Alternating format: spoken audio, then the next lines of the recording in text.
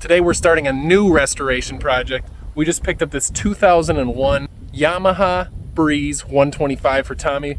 Tom and I saw this four-wheeler for sale. They want way too much. So we parked the truck down the road so they can't hear it. We're just gonna go sneak up. We kind of waited till the sun's going down. We're just gonna push it out of here. For sale. $5,000. Pesos. Nah. All right, hop on, you steer.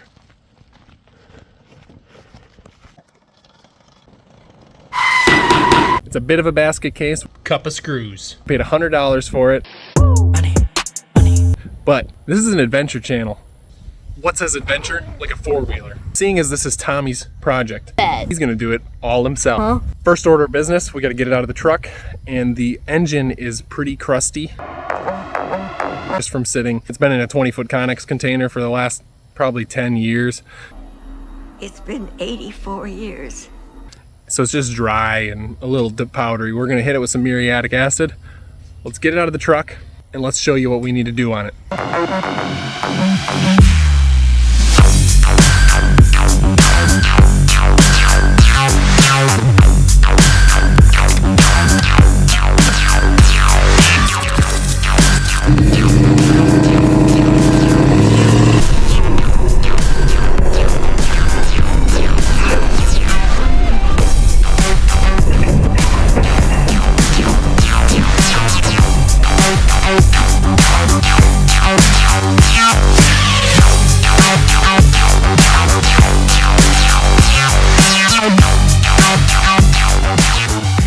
The good news is it's only flat on the top. To clean the engine, we're going to use a solution of 50% muriatic acid, 50% water, and my dad's going to pour it because I'm a child.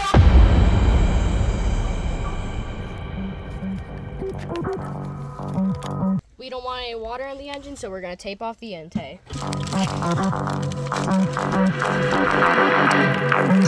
Anytime you're spraying acid on anything, I recommend that you are upwind from it because you don't want a mist of acid just running across your legs or anything like that.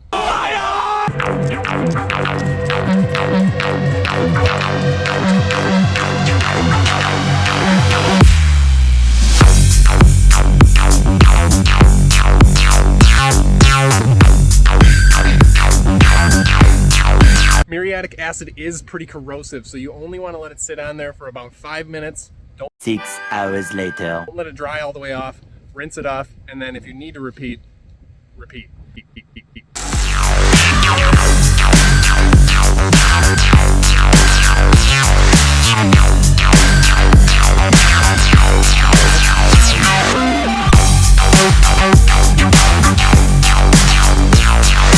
Drip.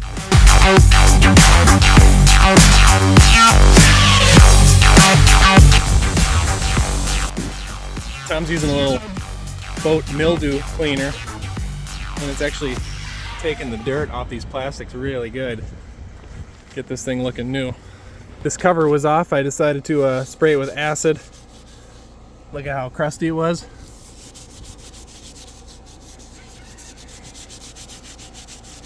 I'm trying to be pretty careful to keep the acid from touching my fingers. I've just got the sponge in between.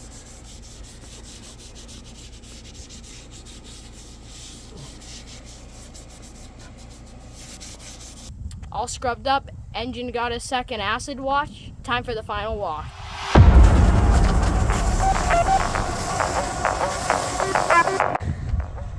All rinsed off, and this thing is looking like brand spanking used.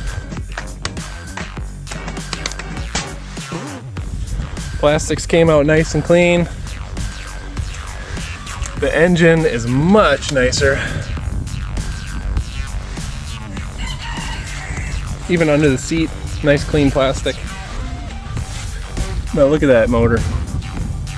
Way better than the crust. No crust? No crust. When I said it was a basket case, I mean I literally got boxes of parts with it. Gas tank's off, that cover for the belt drive is off, and we got a lot of screws here for the body. I love this Winn-Dixie stain eliminator cup of screws, along with the Nerf bar skid plate, the previous owner gave us a little vinyl in case we want to try to use that for the seat. But the big problems are the starter gear is worn out, and this starter idler, you can see he tried to weld it at one point and put teeth on it, but I guess the issue is this and the starter were not meshing good and it wouldn't actually crank the engine over. And then the carburetor is off and in pieces, so I'll either rebuild this one or just get an aftermarket one to get us by for right now. But I'll probably eventually rebuild the Mikuni because I imagine it'll be better performance. The best part about washing it is just making everything nicer to work on. When it's not all crusty and getting your hands dirty and there's not a bunch of dirt and oil and grease left over from before, it just makes it a lot friendlier to work on. You can really see what you're doing. The next step is we got to get some parts ordered, and we'll see you in the next episode when we start working on it. I didn't film it very good. No, don't get the house.